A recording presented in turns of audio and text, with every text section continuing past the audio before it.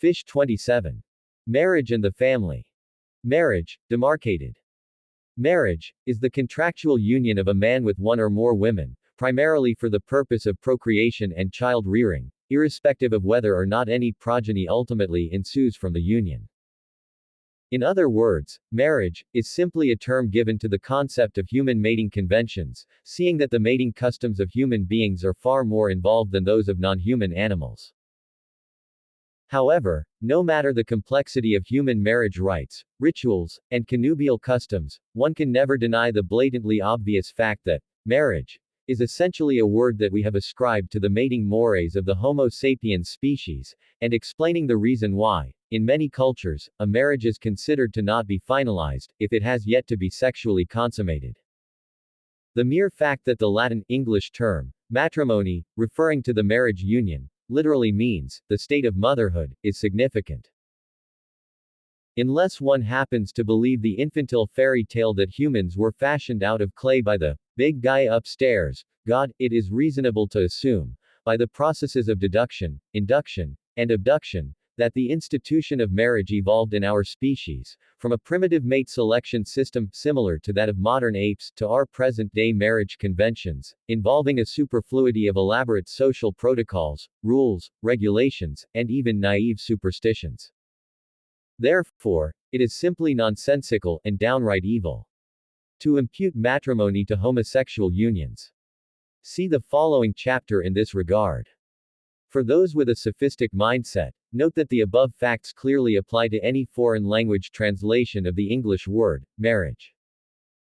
In the case of a couple entering marriage with the knowledge that one or both parties are infertile, or in the case of those couples who, for sincere reasons, simply do not wish to reproduce, the secondary purposes of matrimony, indicated below, should be observed. The fact that progeny do not, or cannot, ensue from such a union, does not negate its validity. Of course, a childless couple has the option to either adopt orphans, or to raise, or partially raise, a child of a close relative, the latter of which is not uncommon in certain cultures, such as here in the Philippines, where the average number of children per family, until the 1980s, was 6 offspring per couple, and young children are often raised or partially raised, by relatives. In the case of the millions of single mothers extant in Pilipinas, the maternal grandmother is typically employed. It is immoral for homosexual couples to raise children, unless there are no married couples willing and able to care for the children in question, which would be extremely unlikely in any scenario short of an apocalyptic event.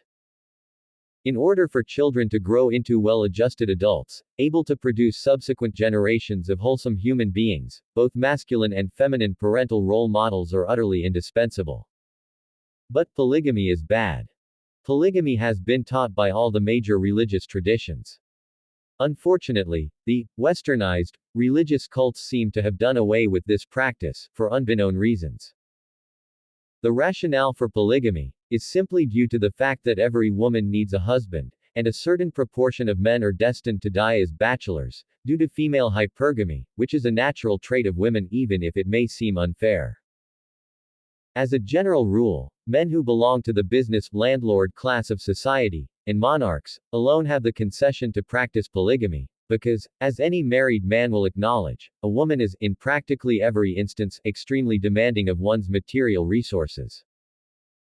Of course, any stray feminist who may happen to be reading this chapter would undoubtedly contest the above claim, that every woman needs a man, but if one is truly wise, after reading the entirety of this holy scripture, and understanding the vulnerable position of any single woman in our unsafe society, and how society is best organized and structured, one should be more amenable to this very sensible assertion. A certain percentage of the general population, mostly women, it seems, since very few men would reject multiple sexual partners, has an instinctual revulsion towards the notion of polygamy, considering the practice to be either unethical, immoral, or simply repulsive, from a purely emotional position. Even though women are generally much more opposed to polygamy than are men, undoubtedly, the female members of society are far, far more greatly benefited from polygamous unions.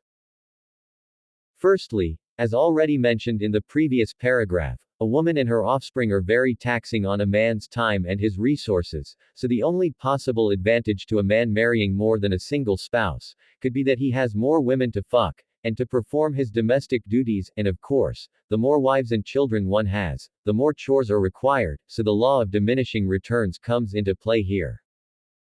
Secondly, how many women would prefer to wed an utterly poor, poverty-stricken laborer or beggar, within a monogamous relationship, rather than marry an extraordinarily wealthy business tycoon, within a polygamous state of affairs? Very few, if any, since hypergamy is a deep-rooted sociological phenomenon that cannot easily be restrained. Despite polygamy being practiced in ancient Israel, and condoned in the Old Testament, it has become exceedingly rare in the modern era. Although the Hebrew scriptures describe numerous examples of polygynous, one male with multiple wives, instances of polygamy among devotees of God, most Christian groups have historically rejected the practice of polygamy, and have upheld monogamy alone as normative. For example, according to the Catechism of the Roman Catholic Church, polygamy is not in accord with the moral law, as it directly negates the plan of God, because it is contrary to the equal personal dignity of men and women, who in matrimony give themselves with a love that is total and therefore unique and exclusive. Notwithstanding the several glaringly incorrect theological and ontological errors in the above proclamations, the Church asserts, the Christian who has previously lived in polygamy has a grave duty in justice to honor the obligations contracted in regard to his former wives and to his children, which is an inherently paradoxical statement, since, if a man is to honor the obligations in regard to his former wives, they would not, in fact, be former wives, but they would still be his current wives. Anyway, the entire objection to a legitimately contracted polygynous union is nothing but a farcical exercise, because there can be no valid objection to it.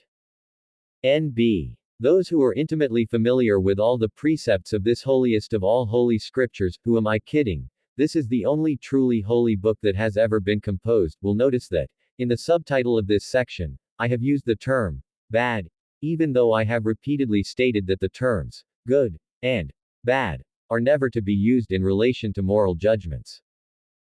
Obviously, the subtitle is a quotation from an anti-polygamist, such as the typical jealous female and/or feminist, declaring her objection to the holy institution of polygamy.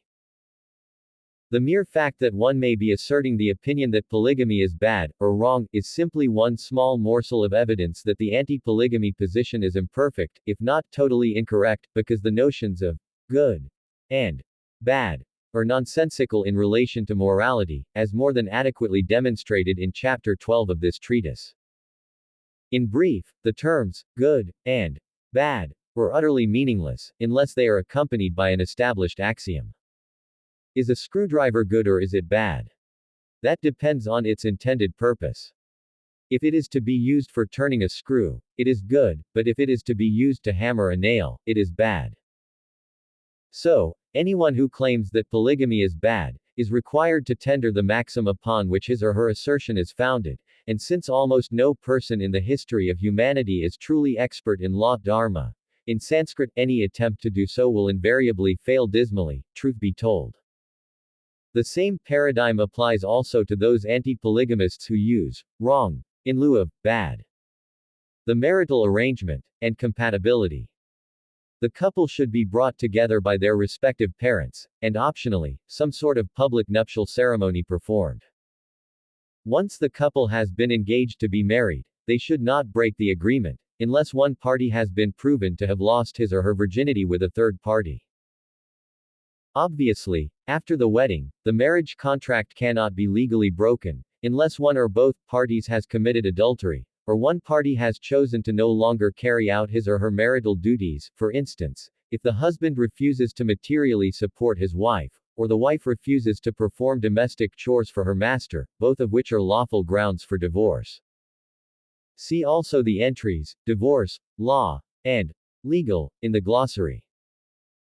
Therefore, the widespread belief that marriage is the issuance of a government license or certificate to two persons who happen to have fallen in love, is totally and utterly alien to the facts of the matter, as well as to the practice of matrimonial norms for virtually the entirety of human history, and undoubtedly, prehistory.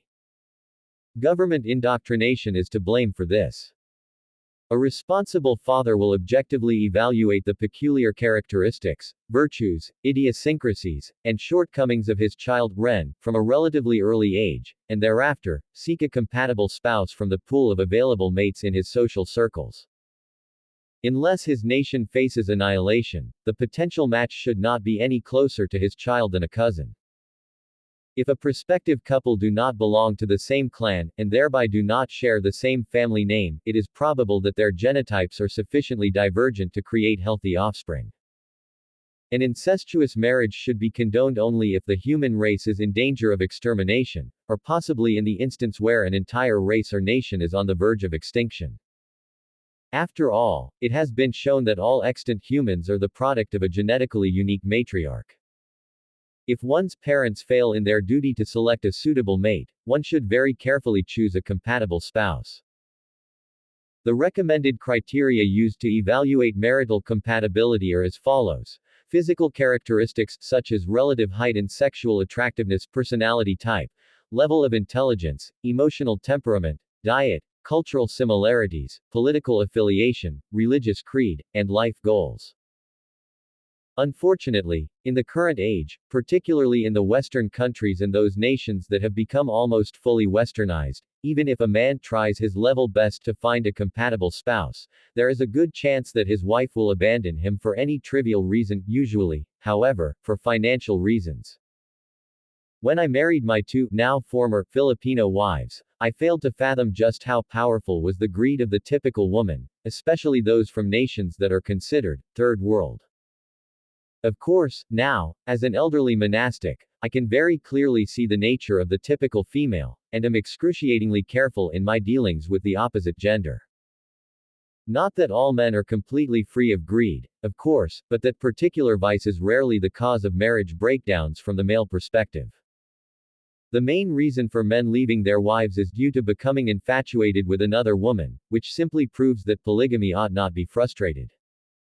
If those men who were inclined towards polygyny were not thwarted in their desires, their marriages would not need to end in a miserable divorce.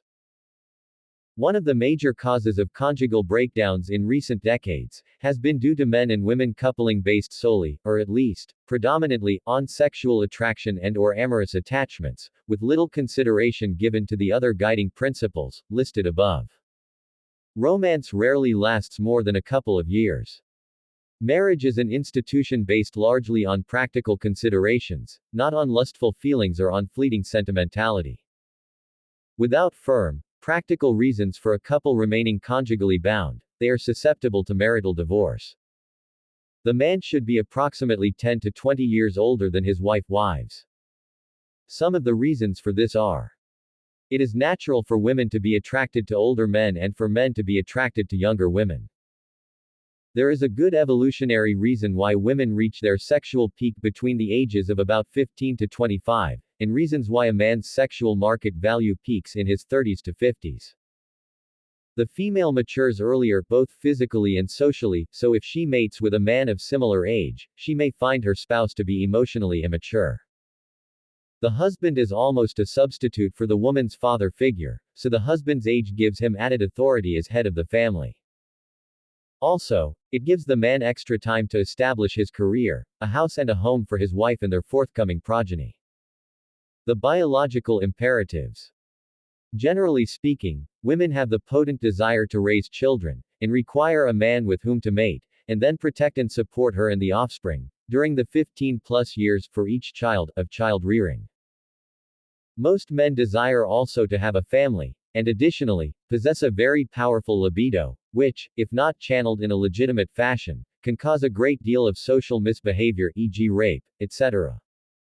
There is no such thing as a nun in the eyes of God.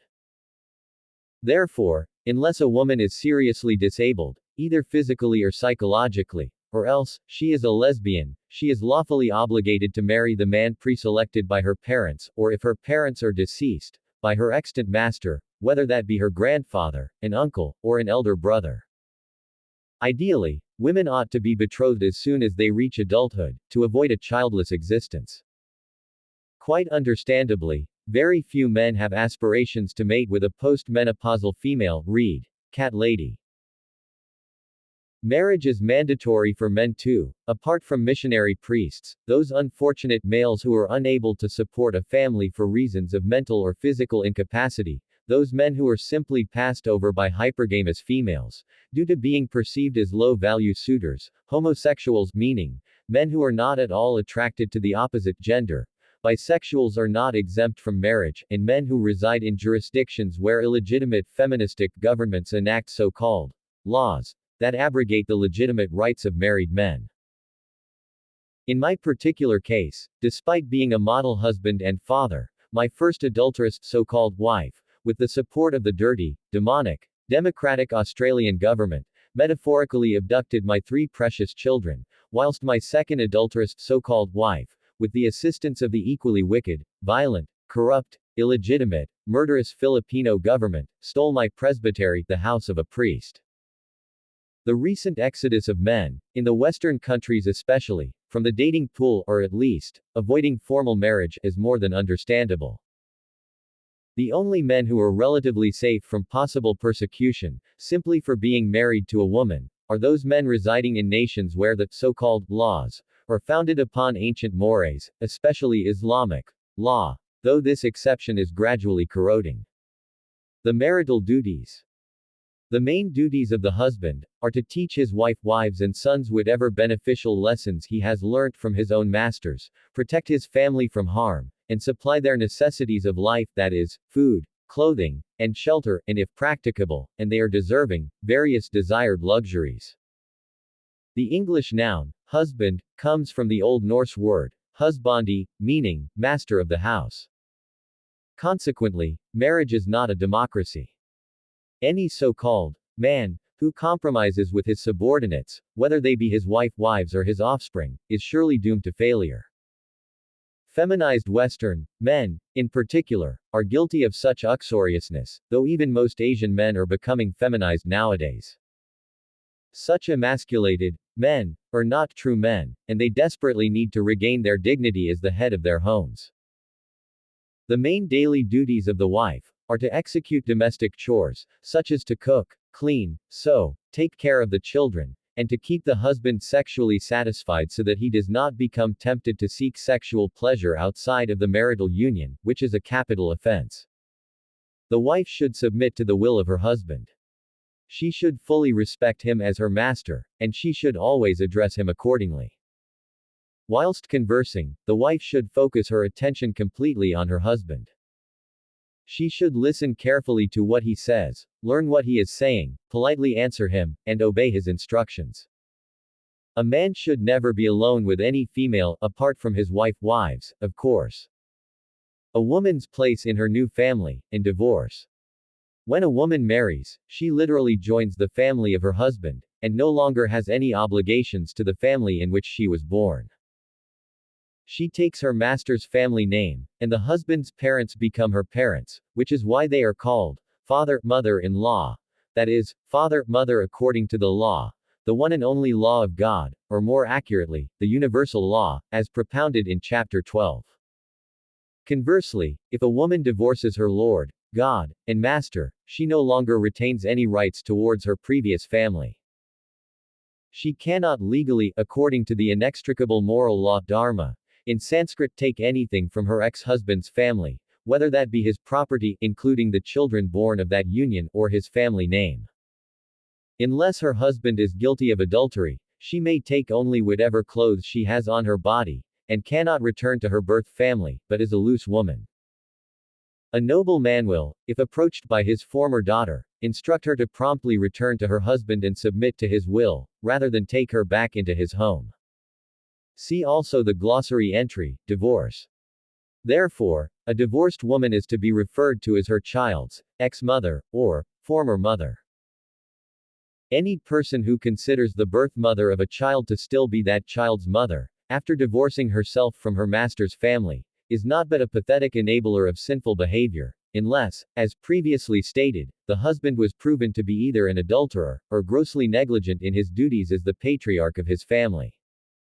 The extended family. As far as practical, Newlyweds should reside in the house of their father, that is, the father of the groom, who is the bride's father according to the law.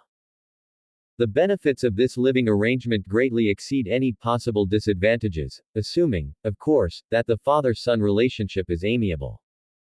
Women, in particular, need the comfort and support of being surrounded by extended family. When facing relationship difficulties, emotional distress, or medical problems, women require the counsel of elder females, such as their grandmother, mother-in-law, or an aunt. Although males generally do not feel the same need for close familial bonds, it is enormously beneficial for men to also maintain a strong relationship with their male kin. The storehouse of knowledge and wisdom preserved by the patriarchy is invaluable for any young man, no matter his level of intelligence or seeming sagacity. Also, if the husband dies or becomes severely disabled, his wife has a safe haven for herself and her offspring. Ideally, a widow should be cared for by a brother-in-law, or if her deceased husband was bereft of adult brethren, another male relative. Furthermore, there are significant financial advantages to an extended family dwelling in the same house, or at least in the immediate vicinity, which can never be discounted for the vast majority of families, who are not blessed with an abundance of wealth. Just as the parents, ideally, spent decades of their lives lovingly raising their offspring, it is the sacred duty of adult male children to care for their elderly parents and, of course, any of their extant grandparents. If, for some reason, the sons are unwilling or unable to properly look after an aging parent, grandparent, that obligation will naturally fall to any other male relative. Accordingly, any adult male within the clan may take responsibility for the care of the aging couple, likewise, a disabled couple too, of course. There are exceptions to the rule that an heir ought to care for his elderly parents, specifically in the case where the son has joined the holy priesthood, especially if he has become a mendicant monk.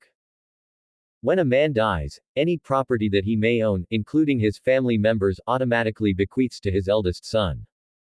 N.B. Above, where it is mentioned that the duty of care is placed upon a particular male relative, it should be understood that the actual daily tasks of caring for an aging parent do not necessarily fall upon him personally. For example, if the son is busy at work, his wife and/or daughters must care for their elders. Obviously, it is quite improper for a man to bathe and toilet his geriatric mother or his grandmother. Childbirth. Unless medical complications arise, the idyllic location for a pregnant woman to birth her child is in her family home, preferably midwifed by her mother-in-law and other female kin, i.e., typically, any girl or woman with whom she shares the same family name. Unless the mother is over the age of approximately 35, has an infection, or the baby is premature, underwater birthing is possibly the least stressful method of childbirth. This is best done in a properly disinfected bathtub, filled with lukewarm water, purified via the process of reverse osmosis.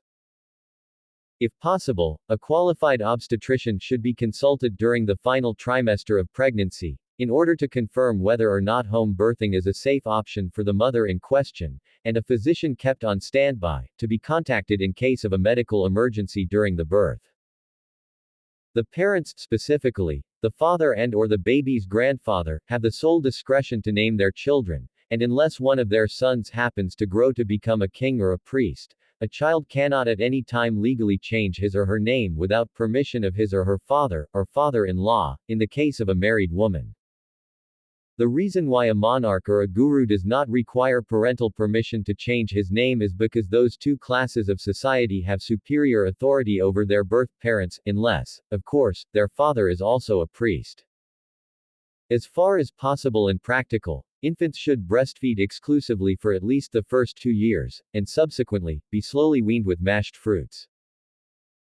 The ideal human diet is fully explicated in the concluding chapter of this final instruction sheet for humanity, but for the benefit of those who are without access to Chapter 30 of FISH, children, adolescents, as well as adults, thrive on fully raw, pure vegetarian foodstuffs, or at least on a mostly raw plant-based diet, for those residing outside the tropics.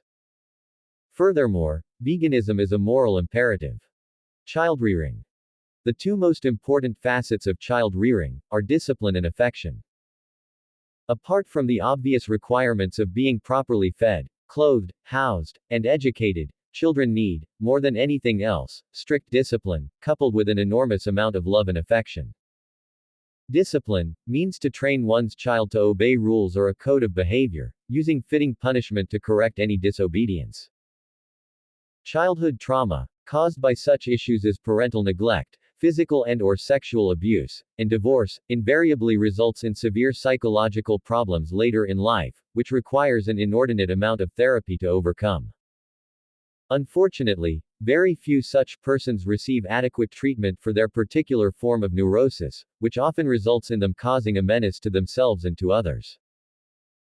Those who are unable to hire a qualified psychologist to help with their mental distress are advised to consult a competent yoga instructor, qualified in at least one of the 4 systems of religion, yoga, in Sanskrit described in chapter 16 of this holiest of all holy scriptures. As children enter adolescence, they ought to be physically and psychologically prepared to face the demands of life as adults. Female offspring must be trained in the intricacies of life as a housewife and mother, whilst male offspring should be apprenticed in their chosen field of work, upon reaching adulthood at the age of 13, or for the small proportion of males with an entrepreneurial inclination, their careers as businessmen, and for an infinitesimally smaller percentage of men, to function as kings or as priests. See also the glossary entry for adult. Conclusion. The nuclear family, that is, a husband, his wife and their brood, is the basic social unit upon which any society is built. Thereafter, the extended family, too, is very important to the stability of human civilization. After carefully perusing the above precepts, it should be patently obvious that modern societies are ordered very far from the ideal in respect to family life, and that, unless individuals, organizations, and governments make concerted efforts to repair this foundational unit of society, the consummate destruction of human civilization is all but inevitable. Whosoever divorces his wife and marries another woman commits adultery, and for the man who marries a woman who has divorced herself from her husband, both he and the woman have committed adultery. The Gospel according to Luke, 16:18. Lord Jesus Christ, as quoted by Dr. Luke. Behold, children are a heritage from the Lord, the fruit of the womb a reward. Like arrows in the hand of a warrior are the children of one's youth. Blessed is the man who fills his quiver with them. He shall not be put to shame when he speaks with his enemies in the gate. Psalm 127, 3-5 by King David. The Holy Bible. Educate your children to self-control, to the habit of holding passion and prejudice and evil tendencies subject to an upright and reasoning will, and you have done much to abolish misery from their future and crimes from society. Benjamin Franklin. American Polymath. Raising children is, in a sense, the reason the society exists in the first place. It's the most important thing that happens, and it's the culmination of all the tools and language and social structure that has evolved. From The Lost World. Michael Crichton, American author. When marrying, ask yourself this question: do you believe that you will be able to converse well with this person into your old age? Everything else in marriage is transitory. Friedrich Wilhelm Nietzsche. German philosopher. There is nothing more admirable than when two people who see eye to eye, keep house as man and wife, confounding their enemies and delighting their friends. Homer. Ancient Greek poet.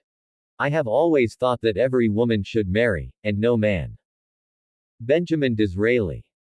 1st Earl of Beaconsfield, Prime Minister of the United Kingdom of Great Britain.